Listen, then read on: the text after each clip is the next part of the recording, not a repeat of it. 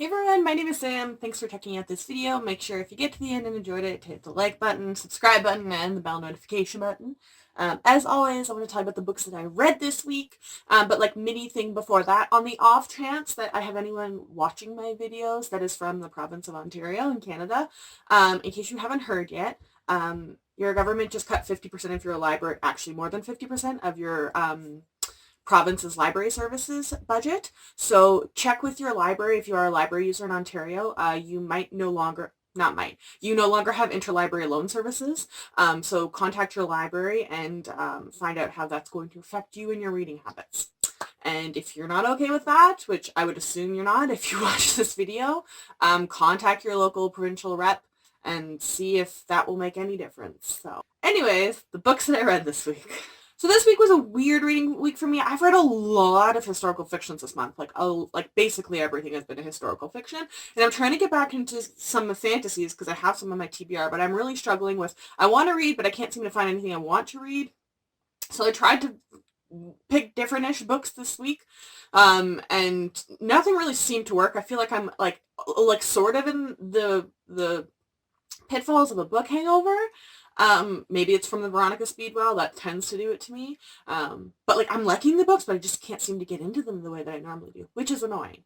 But that definitely will influence how I rate the books. I'm just a very mood-based reader. So keeping that in mind, these are the books that I read this week and my thoughts on them. So first off, I read Spectacle by Jodi Lynn Zdrock. I don't know how to pronounce the last name, I'm sorry. I had a copy, but I returned it to the library. It was due. So this is a historical fiction murder mystery. This was a debut work as well. It's still, last I checked, classified as a standalone on Goodreads, but I got to the end and I'm 99% sure it's a series, and the author does have another book, I think called I don't know, it's another one-word title. I can't remember that off the top of my head. So I do think it's actually a series. So just, just like the Tesla Legacy, just be aware that I don't think it's actually a standalone. I could be the only one who thought it was, but, if you also did, that's the case. So it is a historical fiction set in France, and it is sort of a Jack the Ripper-esque sort of serial killer going around Paris, killing all these young women, not prostitutes in this case, but in very gruesome manners. But our main character is the morgue reporter. She has to dress like a man to do it, which I thought was kind of fun, interesting. She has to report them, and when she goes to the morgue, however, when she touches glass, she can see the murder of the people in reverse. And then we have someone basically like making like joke notes pretending to be the serial killer to the newspaper, and then she finds out that like she can see through the killer and the killer could also see her. So it's this whole kind of chase, and the premise itself is interesting, and I liked the setting. I'm always kind of a sucker for France. I also kept kind of being like, oh, every time it talked about Notre Dame, because Notre Dame like burnt, not to the ground, but nearly, this week, which was insanely sad.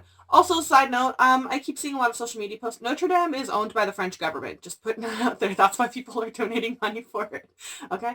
Anyways, back to the book itself. I didn't like any of the characters. I don't think there's like a weird science magic element that I still, for the life of me, don't understand. It was very blasé thrown in. It wasn't developed. It wasn't really explained. It was just like again, it had no structure. It really lacked structure, which I think is something that authors, I think it's kind of an understandable thing to do, especially to debut. But if you're going to introduce, especially with a real world, and then incorporate magic into it, you need to give me a structure. You need to tell me what your limits are. You need to explain, not raise these, we don't know exactly what it does, so just come along this ride. I myself, as the author, am not sure what it does, but I'm just going to see what needs to happen and incorporate the magic that way. That's what it very much felt like. I also listened along to the audiobook. Narration was not great. It just got really repetitive and annoying too, because she keeps waking up with these large gaps in her memory.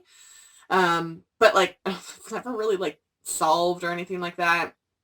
I don't know. I have all the twists and turns and like people that were getting murdered and everything. I kind of guessed it was going to happen. And like, hi, my name is Sam. I literally never see anything coming. I am the blindest human being to like foreshadowing and everything. I never normally pick that stuff up. And even this one, I was like, okay, I know this person's dead. Like, she ain't making it through the book. Like, it was just meh for me. So in the end, I gave it like a 2.5 out of 5 stars. It's not terrible, but I'm definitely happy I borrowed it from the library instead of buying a copy. Then I tried to change up genres totally to catch my mood and picked up Wake of Vultures by Lila Bowen. This is basically a Western dystopian, and I didn't know how Western it was going to be because I mean, like, I've read in the last like year or so, I read books like Gunslinger Girl and Devils Unto Dust, which are Western dystopians. However, or I shouldn't even say that. They're more like dystopians in a Western setting. Like, I can deal with the Wild West. It's not my favorite setting, but I can deal with that, and I can get into the atmosphere of this. This is more of an actual Western. I tense when I hear of the genre Westerns. One of the big reasons is, if you don't know, I am a librarian, and a lot of my services and job revolve around making minorities, especially in our community, Indigenous peoples, wanting and able to access services. And Westerns are an extremely popular genre just because of where I live in Alberta. And it's insanely cringy to try and recommend Westerns. Because think about Western representation just on book covers of like Indigenous people. They're very very stereotyped, if not just very blatantly racist depictions. So it's kind of hard. So I can absolutely commend this book. It's got a ton of Indigenous representation, and so I kind of got to the end. Throughout the book, I was very much like, I don't exactly know what race she is, just because of how it's being talked about, which was really annoying. I don't know why they wouldn't just like kind of outsay, and it just kind of keeps like, at first I thought they were gonna like develop it and then do like a reveal, maybe a lineage reveal or something, but it never really, nothing came. And then it specifies in the author's note that as for Nettie, the main character, she's written as a Black Indian, with her tribe most likely being Comanche. So she's not fully aware of what her upbringing is when she is at the very beginning of this book, and they keep making insinuations and making comments that like she wasn't necessarily labeled as a slave, but she was brought up and used as a slave, and she gets really, really aggressive about that when people like talk about that. So then I was kind of confused of like, especially from someone who's not very well educated in terms of like regional history of the United States, I kept being like, okay, well, slavery in the US is very highly, always basically, associated with the African American population. That by no means means that Indigenous people were not the victims of that. We know very well that's not the case, but I just was very confused. And I feel like that was just the case through the whole book. It felt like it was thrown in the middle. I know there's a specific term for that, and I can't remember. My first year English teacher is probably angry at me, but it wasn't really like ever, I don't think it was really used as a plot point to like lead you to an ending, like an explanation.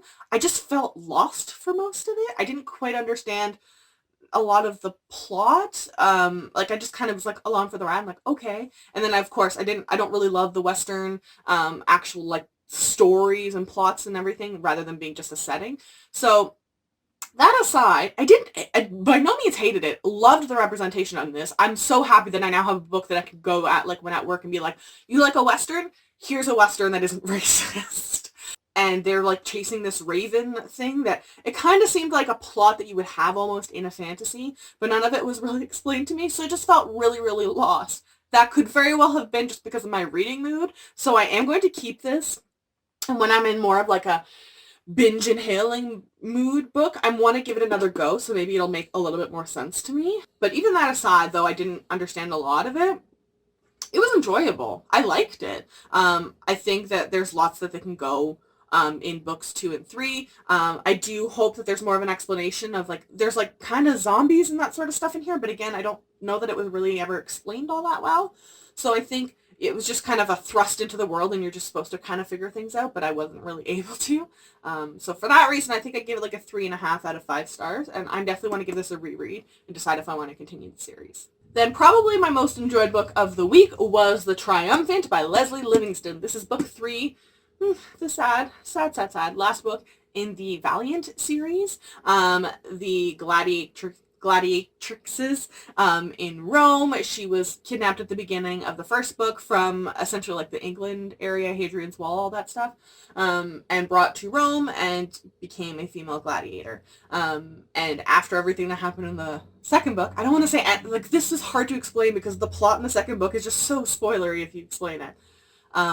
But this is probably my favorite book of the series, actually, because it took very well-known historical plots and played with them. With the assassination of Julius Caesar, that's such a well-known one, of him being like stabbed by like 12 of his friends, and then the fleeing of Cleopatra to England, or not to England, oh my god, the fleeing of Cleopatra to Egypt. And you go on a lot of like this questing. We finally get a lot more of the romance between the main character and this boy that's been like dragging on for the whole series.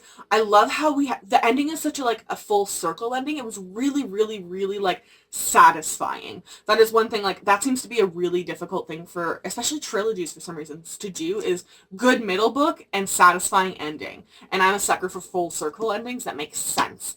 And I just thought it was very poetic. Like, not everyone makes it through, but I thought it was very poetic that it's literally like, when you get to the end, you're like, oh wow, this is like a mirror to the beginning. And like, but there's so much has changed, and it was just interesting. And I liked all the more questing and traveling, and a lot of the political stuff that was brought up in books 1 and 2. Kind of coming back into point. They weren't just raised without a reason, right? So I love this series so much. I'm really, really hoping that the CW does end up adapting it into a TV show. It was optioned, I know that. And I'm going to keep an eye out for Leslie Livingston. She's written another series beforehand that I look at the covers and have like zero interest in them. It's just meh. But I'm going to keep an eye on this author and see what else she comes out with. And I love supporting Canadian authors. And I like that they did a full trilogy without a freaking mid-series book cover change, even though it's not like a New York Times best-selling series. Like, props to Razorbill. I don't know if they're the ones that actually made that decision. But thank you for the freaking love of all that is whole. Thank you. That is so difficult nowadays. So yeah. Definitely recommend this series if you haven't already read it. And I think this is another series too where, like, if you like book 1, you'll like the rest of the series. If you don't like book 1, I don't think you'll like the rest of the series. So I like series that are consistent like that in tone and writing and characters, and yeah, I just really, really enjoy this. Solid, like 4.5 or 5 out of 5 stars. Really, really recommend this series. And lastly, I read The Queen of Atolia by Megan Whalen Turner. This is book 2 in the Queen's Thief series. And in all honesty, I probably shouldn't have read it when I was in the mood that I was in. It is just pure political intrigue. You have to just get into it, and my brain is just not letting me do that right now. But that aside, I feel like whenever I read these books, it's like, it feels like I'm reading the original fantasy political book series in YA, and I freaking love the covers of this series. The new covers are so freaking nice. I love them. I'm infuriated that the final book isn't coming out until 2020, and then I have to wait for the paperback of that one after the hardcover. But there's so much politics and backstabbing of people. If you like, this is kind of like the Bowling King. If you like those political dramas that don't do all that stupid questing. I shouldn't say stupid. I like questing adventures and histories. But it's all kind of, for the most part, in the same geographic place. And we just kind of pivot from POVs, from the queen, I can't remember the names. There's 2 queens, and then there's like the king dude. And as I was going through, I think in the last third or so of the book, I was realizing why book 3 is named The King of Atolia, and it's not the reason I originally had thought, which I freaking love when you're getting through the book and you're like, oh my god, that's why the next book is called that. Oh god, how is that gonna... I freaking love, like, that's just such well forethought and well title picked selection. Like, I just love that. I like the main characters, all of this. There's just a lot of political intrigue. It's a lot to keep straight. I will say too, I follow along, most of my books I follow along listening to an audiobook. I don't like the narration of these audiobooks. I love Eugenides. First of all, I freaking like that name. It's so like Greek, Roman. Anyways, but there's just, he was the thief and he goes through a ton of stuff. And after the reveal at the end of The Thief, I was really curious to see where that was going to go. I don't love the romance that's been developing. It felt very sudden, thrown in. However, I see the purpose of it. There's a point. It's a part of the plot. I get that. So I can deal with that in that sense. So for that reason, I gave it 4 out of 5 stars, and I will definitely be continuing on to King of Atolia. I'm so excited they understand that. I just find that so more satisfying when you go in, you're like, oh, this is what it is. And versus like, there's like Outlander books where I read it, and then I get to like the last page, I'm like, after reading it like 4 times. So I'm like, oh my god, that's why this is called that. Like, oh my god.